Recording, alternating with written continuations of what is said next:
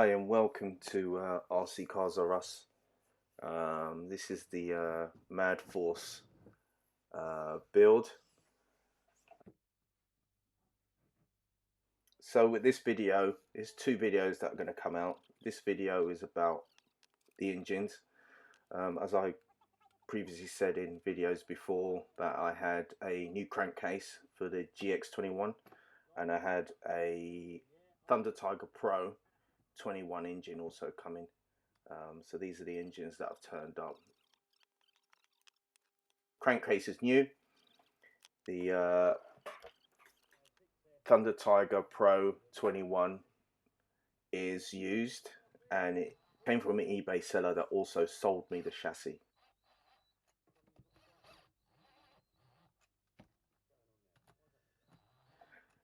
So I'm just going through both engines at the moment. So this video is about the Thunder Tiger, and the video after this will be about the GX21.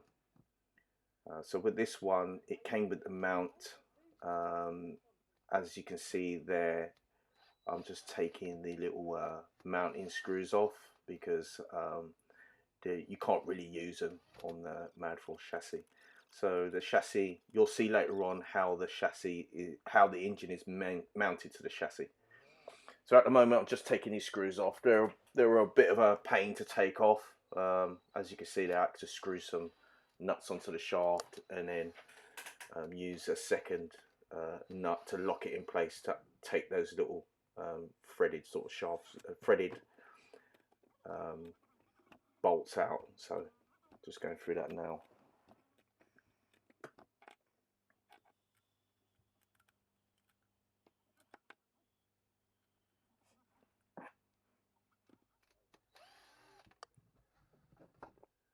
So what I've done, so this is the second chassis that I've got, the spare one, that I took the wheelie bar from. And you can see on the top left that the wheelie bar is actually installed on the original chassis.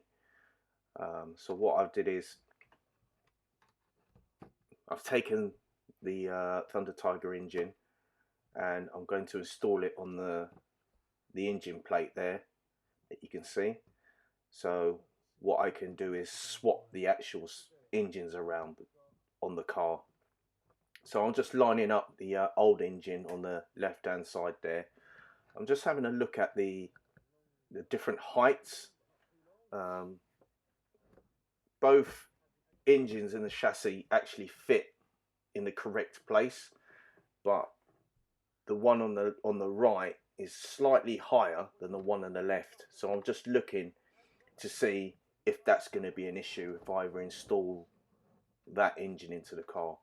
I don't think it is, because there ain't no restriction on where you can put the engine relative to the gears. So once I work that out, I've taken the bell housing off with the gears on. So I'm just looking now to see if it had a bearing upgrade. It felt like it did.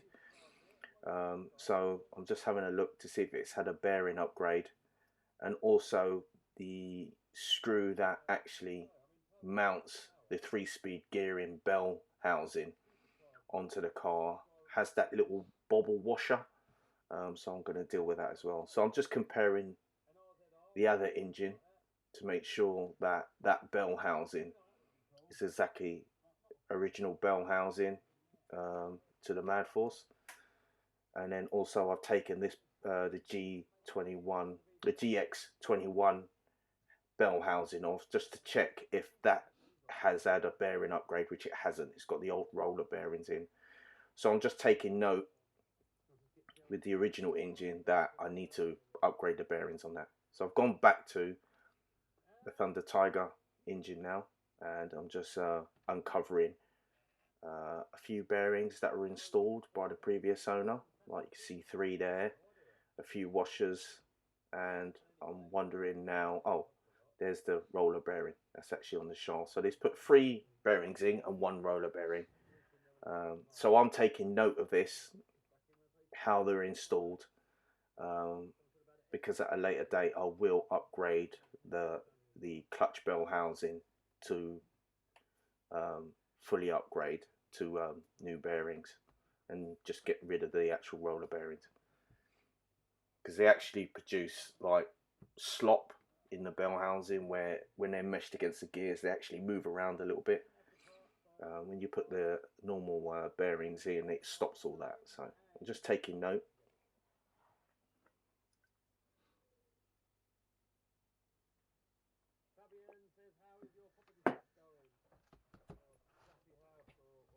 So now I'm just looking for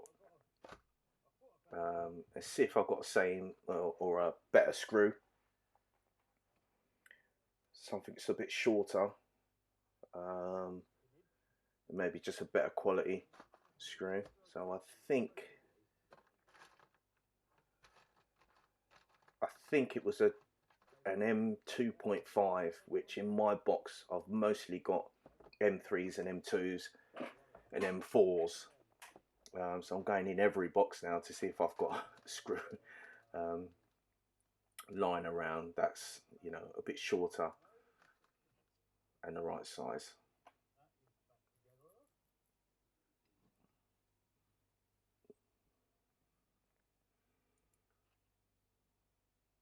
So I'm just fitting everything up to the clutch bell housing, just to make sure that I've got it installed the right way compared to the previous owner, or in a better way than the previous owner, because there was a few little tiny little washers, as you can see in the middle of the picture there, that were inside that clutch bell housing, and one of them doesn't fit over the screw. So I'm wondering if there was loose parts inside. So once I've sort of figured out what's supposed to be in there and what isn't, I screwed everything back in without that little bubble washer that you can see at the bottom of the picture, and just marked the actual screw, because the only option I've got now, after not finding anything that's suitable, is to actually cut the screw down.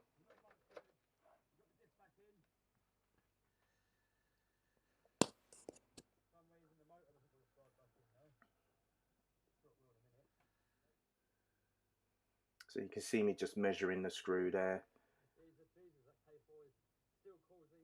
and just marking it.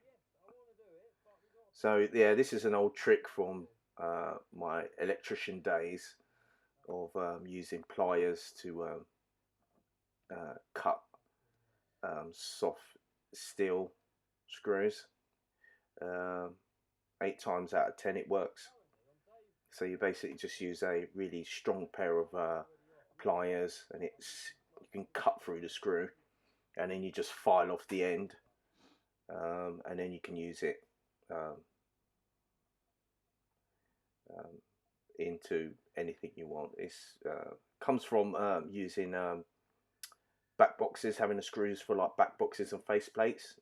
If you're really desperate and you haven't got like a hacksaw, you can use like a pair of pliers and just snap the screw, and it tapers the end. So basically, when you go to put it in the back box, it actually goes straight in without even you have to file it. But this one I had to file. So I'm just measuring the bearings that were inside the clutch, and I just wrote down everything. The outside diameter, the inside diameter, and the width. I just had to blur out my Wi-Fi code that I had on my pad, so I just had to blur that out. So take a note. I think I ordered them actually after this video, and you can get them on Amazon. If you want to know the size, I can't remember off the top of my head as I talk through this video, but I can put a link down below in the description if you're really interested in getting the bearings.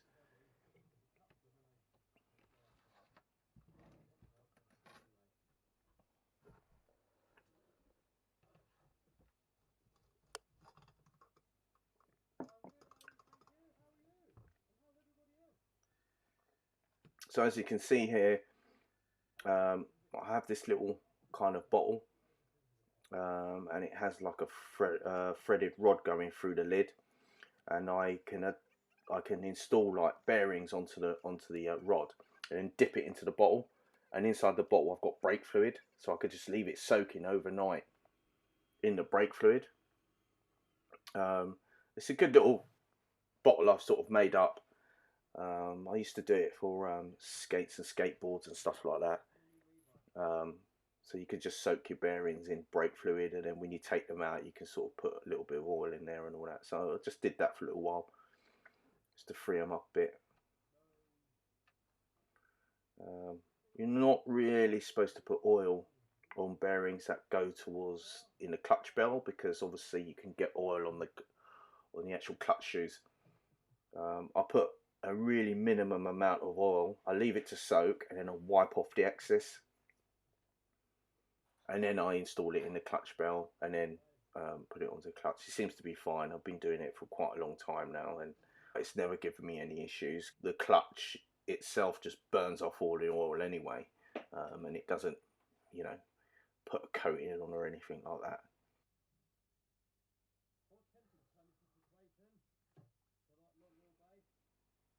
So I'm just going through installing the washers, as well as installing the bearings inside the clutch bell. I think what it was is the three bearings end up being a different width to the actual roller bearing. So I think the previous owner had put washers or shims in between the normal bearings and the roller bearing to make up the space. Because if you install all the bearings are complete bearing instead of roller bearings, normal bearings into the clutch bell housing, you end up using 7 instead of 6, because you've got to make up for one roller bearing takes up 3 and a bit. So when you've got 2 in there, it takes up 7. So he's put washers in there to make up the slack. So I've put the washers back in there, knowing that I'm gonna order some more bearings to make it 7 bearings inside the clutch bell. Hope that makes sense. So I'm just measuring the amount in the engine mount screws.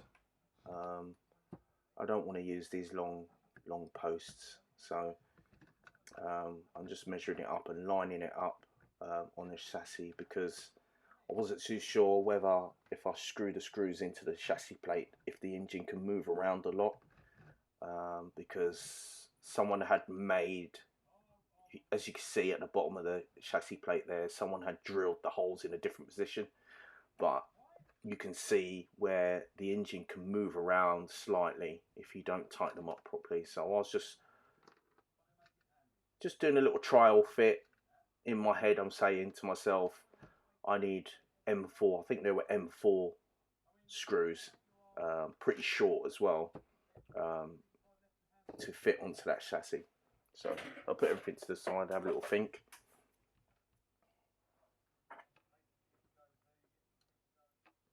And I managed to find some screws.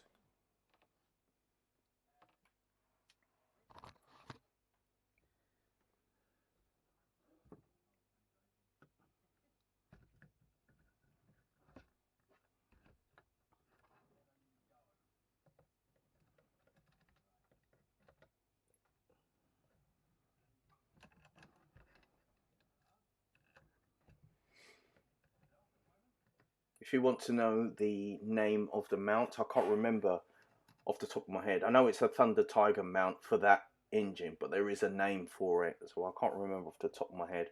I will put, you know, if you're interested in doing this yourself, then I'll leave a link down below. Just to say, with that mount, which I didn't previously say anything about, it does have a little cutout, because as you can see, just where that air filter is up the top there's a little side post that gets in the way. so you have to cut the mount out so it avoids it. Just where I put in that screwdriver is just down there. There's a little side post, and that's why I put the thumbs up, because mine's already cut out and it fits nicely. So that's it complete. So basically I can just take that chassis plate now and convert it over to the actual car, and it will work fine. I'm pretty happy with that. I do change that screw at the clutch bell housing for a hex head screw at a later date. Thanks for watching.